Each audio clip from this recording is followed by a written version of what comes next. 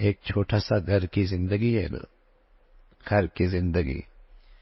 اگر اس گھر کی زندگی کی بنیاد خواہشات پہ رکھ دی جائے تو وہاں ٹکراؤ ہوگا، اور اگر خواہشات کے بجائے وہاں دین حق کی زندگی ہو تو وہاں اتفاق ہوگا۔ جیسے چند گاڑیاں ہو اپنی اپنی لائن پہ چلتی رہیں تو ہزاروں بھی ہو تو ان میں آپس میں ٹکراؤ نہیں ہوگا، اور اگر ہر گاڑی اپنی لائن چھوڑ دے تو دو چند گاڑیاں بھی آپس میں الجھ جائیں گی، دو چند گاڑیاں بھی آپس میں ٹکراؤ کا شکار ہو جائیں گی۔ ہزاروں گاڑیاں اپنی لائن پہ جا رہی ہیں، ٹکراؤ نہیں، چند گاڑیاں ہیں اپنی لائن چھوڑ دیں ٹکراؤ ہو جائے گا۔ دین حق کس کا نام ہے؟ ہر ایک کو اس کے حق پہ کھڑا کرتا ہے، ہر ایک کو اس کا حق دیتا ہے، ہر ایک کو اس کا حق دیتا ہے۔ گھر میں 5 آدمی ہو، خاندان میں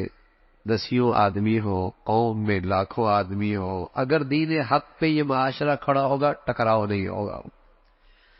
اور اگر دین حق کو درمیان سے نکال دیا، خواہشات کی زندگی ہوگی تو معاشرہ تو دور کی بات ہے، سوسائٹی کو دور کی بات ہے، گھر کے اندر بھی اتفاق نہیں رہے گا، گھر کی 4 دیواری کے اندر بھی محبتوں کی فضا نہیں رہے گی، اس لیے کہ جہاں بھی خواہشات کی زندگی ہوتی ہے وہاں ٹکراؤ ضرور ہوتا ہے، چاہے میاں بیوی میں ہو،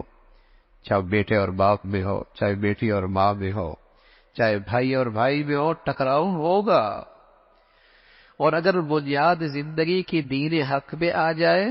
دین حق پہ آ جائے تو دین تو بیوی کو بھی حق دیتا ہے، ماں کو بھی حق دیتا ہے، ماں کو بھی حق دیتا ہے، بیوی کو بھی حق دیتا ہے، بیٹی کو بھی حق دیتا ہے، بیٹے کو بھی حق دیتا ہے، بھائی کو بھی حق دیتا ہے، بہن کو بھی حق دیتا ہے۔ اگر دین کی بنیاد پر زندگی کھڑی ہوگی ٹکراؤ نہیں ہوگا، لیکن خواہشات بھی زندگی کھڑی ہوگی پھر ٹکراؤ ہی ٹکراؤ ہے۔ تو جہاں خواہشات کی زندگی آ گئی، نفس پرستی کی زندگی آئی، وہاں ٹکراؤ یقینی ہے،